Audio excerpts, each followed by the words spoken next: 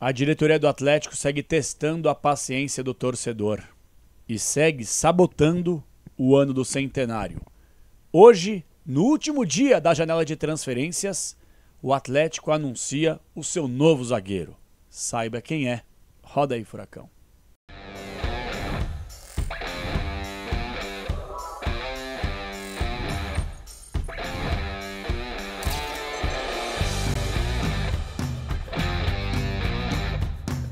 Fala galera, beleza? Fala Cap, estamos chegando para mais uma resenha no canal. Hoje vamos falar sobre Marcos Vitor, zagueiro fechado com o Atlético que fica por empréstimo até o fim da temporada. Talvez você não saiba, não tenha ideia de quem seja esse jogador. Eu vou explicar e eu só quero deixar bem claro uma coisa aqui. Antes disso, daquele likezinho, se inscreve, se cadastra na KTO, tem o meu cupom CAP20 aqui para você ganhar 20% de bônus no melhor site de entretenimento do Brasil. Eu quero deixar claro uma coisa aqui. Você aí, torcedor, independentemente se você frequenta ou não a Liga Arena, se você mora em Curitiba, se você mora em outro estado, se você mora em outro país, se você mora em outra galáxia, não importa. Eu quero deixar claro para vocês uma coisa. Todos nós, e eu acho que eu posso falar por boa parte das pessoas que me acompanham aqui, todos nós torcemos para o Atlético. Não tem, eu sou mais torcedor que você por causa disso, disso e disso. Não. Todos torcem pela mesma coisa. Vitórias, títulos, alegria. É isso. Um time bem gerido, bem administrado, com respeito ao torcedor, que infelizmente não há décadas. E que eles pudessem tratar o ano do centenário não como um ano simbólico, como um ano importante, como um ano de marco. Mas não. Não. A diretoria do Atlético segue sabotando o clube nos 100 anos de vida. O Atlético anunciou nesta terça-feira, o último dia da janela de transferências, porque a partir de amanhã a janela está fechada, não pode mais contratar ninguém. Marcos Vitor, zagueiro que estava no Bahia. Quem é esse jogador? Eu não vou ser leviano e nem covarde de arrebentar o rapaz. Rapaz não tem culpa nenhuma de ter sido contratado. Mas eu estou no meu direito aqui, agora como analista, como jornalista, como comentarista, de falar o seguinte. O Marcos Vitor, por mais que seja um jogador ainda jovem, aquela história toda, não é um jogador pronto. Não é um jogador consolidado. Não é um jogador que conseguiu ter uma sequência positiva na carreira. E é um jogador que era reserva do reserva do Bahia. O Atlético, que tem tantos problemas defensivos, foi buscar o reserva, me arrisco a dizer, do reserva do Bahia. É o Marcos Vitor que vai resolver os problemas defensivos do Atlético, numa zaga que tem um Gamarra que chegou essa temporada, não conseguiu desenvolver ainda. Nunca teve uma sequência com os 4 técnicos que passaram pelo Atlético. 4.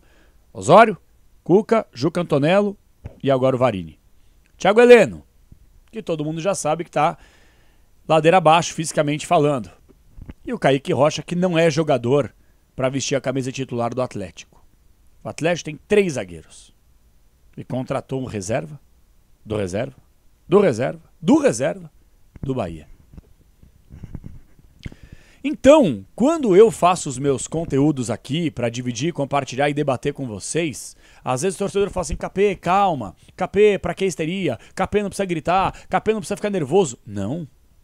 O Atlético precisando de um meia, de pontas, de um volante, porque o Fernandinho se machucou, infelizmente só deve voltar na próxima temporada. Por mais que tenha ido para Barcelona, para quem não sabe, o Fernandinho foi para Barcelona para tratar com o médico, porque a previsão é 3 meses fora. E ele está tentando acelerar para pelo menos voltar na reta final do Campeonato Brasileiro ou, quem sabe, das Copas. E se o Atlético passar por Racing, por Vasco, aquela história toda. Então é um profissionalismo gigantesco desse cara. Foi lá para tentar se tratar, para recuperar com quase 40 anos, para voltar a ajudar o Atlético. O Atlético precisando de lateral, porque está improvisando o Eric. Lateral. O Atlético precisando de um zagueiro. O Atlético precisando de volante. O Atlético precisando de meia. E o Atlético precisando de ponta. Os caras foram buscar o Marcos Vitor, que era reserva do Bahia. Vocês são gênios. Vocês aí da diretoria, Vocês estão sabotando o ano do centenário. Vocês estão perdidos. Eu não sei o que passa na cabeça de vocês, eu não sei como é que vocês se reúnem aí e vocês conseguem debater de futebol. Para vocês chegarem, colocarem na cabeça que um cara que não era nem relacionado, nem aproveitado, que veio de uma lesão, que não joga desde março, ele chega para ou compor elenco ou para resolver os problemas defensivos do Atlético. Eu espero que o Marcos Vitor calhe a minha boca, jogue pra cacete e aí volta naquele sentimento do torcedor. Todos nós estamos aqui torcendo pro Marcos. Não tem um torcedor do Atlético que vai torcer contra o cara, nunca. Nunca. O cara que torce contra o jogador do próprio time tem que rever os seus valores e conceitos. Os meus são inegociáveis. Se o Atlético contratar qualquer jogador, qualquer vírgula, né? Porque Marcinho, eu não torcia muito pro Marcinho, não. Não vou mentir pra você, não. Entendeu? Entre outros atletas, esse tipo de coisa, tá? Agora, Marcos Vitor, que ele possa calar a boca de todos, que ele possa surpreender, que ele possa jogar e jogar demais, que ele possa ajudar o Atlético, resolver os problemas inúmeros defensivos que o clube tem. Mas eu não acredito. Não é que eu não acredito no cara, mas quais elementos que você coloca numa mesa de debate para que a gente possa falar, olha aí, ó, Marcos Vitor é uma boa contratação. Mas por quê? Não joga desde março? Mas por quê? Era reserva do Bahia? Mas por quê?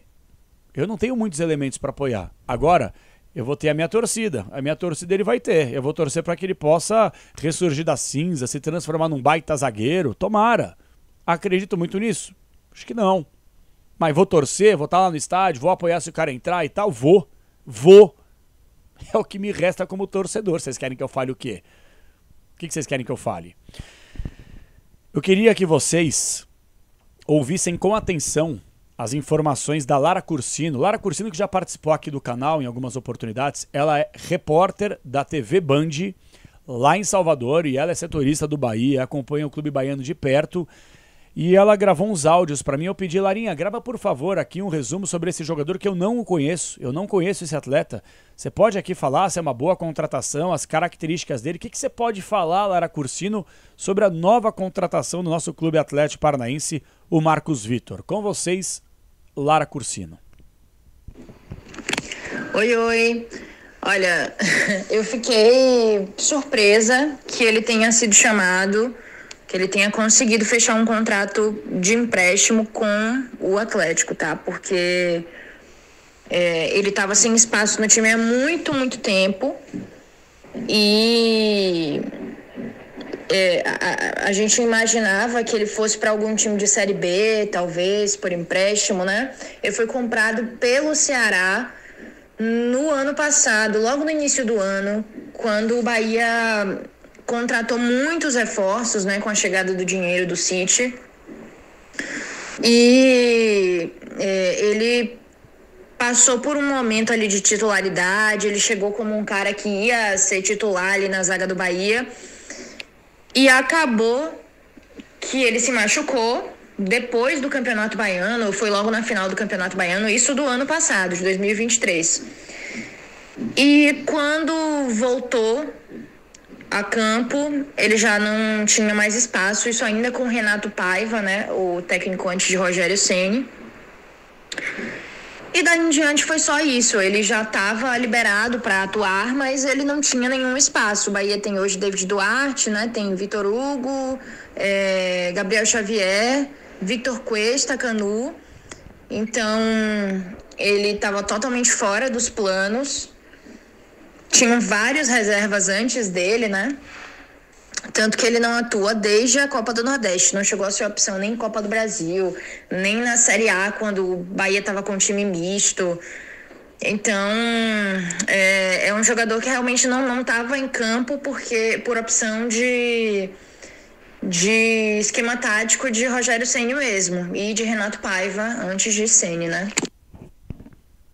Bahia tinha 5 zagueiros à frente desse atleta que o Atlético contratou com uma necessidade gigantesca no sistema defensivo. Tem mais um áudio aqui, vamos lá. Também um pouco das características dele, né? Porque ele jogou muito pouco no Bahia. Ele fez ali o Campeonato Baiano, parte da Copa do Nordeste do ano passado, mas ele tinha sido contratado no início do ano. Então ele jogou muito pouquinho mesmo e depois perdeu espaço total, entrava pouco nas partidas, muito quando precisava mesmo, assim. Enfim, quando ele foi titular ali no Campeonato Baiano, ele teve um período bom, né? Uma defesa sólida, mas com certeza depois entrou em uma oscilação nos treinos, né? Para não ganhar nenhum tipo de espaço, depois que voltou, que se recuperou da lesão, né? E aí eu lembro muito pouco das atuações dele nesse ano. São muito brandas, assim. Então, realmente é um jogador que era tido como insignificante. Não tinha nenhum espaço. O Bahia estava tentando passar adiante de alguma forma. A gente já imaginava que seria por empréstimo, porque seria difícil uma venda, né? E aí o Atlético mordeu essa isca, né? Não sou eu que tá falando, tá? É alguém que acompanha de perto o Bahia, Lara Cursino, repórter da Band lá em Salvador, que é setorista do Bahia, que deixou bem claro que de fato o Atlético mordeu essa isca. Cara, todos os elementos possíveis para ser mais um jogador que não vai ganhar sequência, que não vai agregar em nada. Mas no final das contas, eu ainda tenho aquele lado do torcedor que é o seguinte: esse cara vai entrar em campo, quando precisar, vai ter o apoio. Aí, quando começar a oscilar, se oscilar, eu espero que não. Aí depois corneta e tal, mas já que tá aí, já que chegou e a diretoria, essa piada aí em relação a essas contratações que fez, jogador que não atua pelo Vasco é contratado pelo Atlético, jogador que não atua pelo Bahia é contratado pelo Atlético, num elenco curto com várias carências. Esse é o resumo da atual diretoria do Atlético, que não entende absolutamente nada de futebol. E pra mim, tá boicotando o ano do centenário e desrespeitando o torcedor, sem dúvida alguma. Espero que esse conteúdo tenha agregado vocês em alguma coisa. Eu quero a sua avaliação. E aí? O que vocês esperam aí do novo reforço que veio do Bahia? E do Praxedes? Vocês gostaram dessas contratações? Quem você contrataria? Se bem que não dá pra contratar mais, que a janela já fechou nessa terça-feira, né? Então tchau, obrigado. É isso que o Atlético tem pra janta.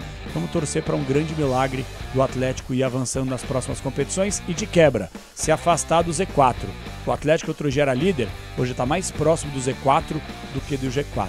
E a preocupação, o sinal amarelo para vermelho, começa a bater na porta, infelizmente, do Furacão, em pleno ano do centenário. Parabéns, diretoria. Essa vergonha é toda de vocês. Até a próxima, gente.